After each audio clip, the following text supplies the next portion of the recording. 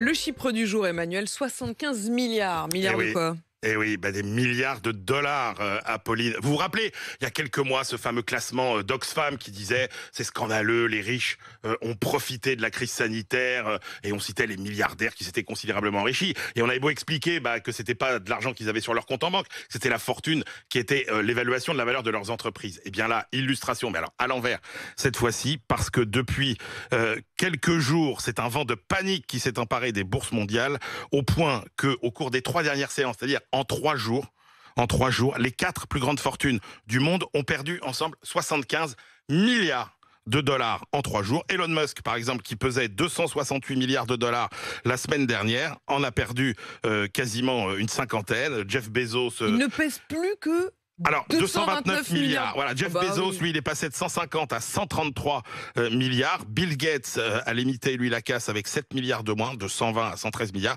Bernard Arnault n'est pas épargné non plus, puisqu'il n'est plus sur le podium des 3 personnes les plus riches du monde. Sa fortune est passée de 132 à 120 milliards. Depuis le début de l'année, ça fait quand même des belles paumes. 60 milliards pour Jeff Bezos.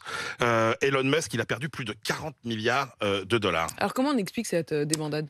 C'est la perspective de hausse des taux d'intérêt des banques centrales qui inquiète le plus les investisseurs. Rappelez-vous, depuis la crise de 2008, des flots d'argent quasi gratuits se sont déversés sur les bourses mondiales en général et sur les entreprises de la technologie en particulier. Mais avec le retour de l'inflation, le robinet de l'argent gratuit se referme. Devant ces perspectives inquiétantes, les investisseurs s'enfuient. Alors, un hommage quand même, si vous n'avez jamais entendu ce nom dans votre vie. Warren Buffett. Est-ce que vous savez qui est Warren Buffett? C'était un des grands gagnants et qui partageait comment devenir riche. C'est le plus grand Il a écrit plein de gestionnaire bouquins. d'épargne du monde.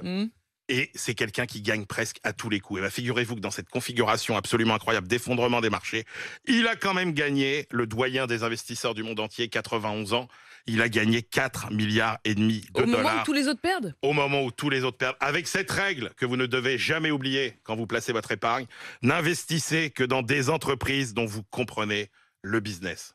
Point barre. Ça, c'est la règle. C'est la règle d'or qu'il a appliquée toute sa vie et qui lui a valu de faire des fortunes considérables. Et Vous ne l'avez jamais ça, investir dans une entreprise qui ne puisse pas être dirigée par un imbécile, parce qu'un jour ou l'autre, elle le sera.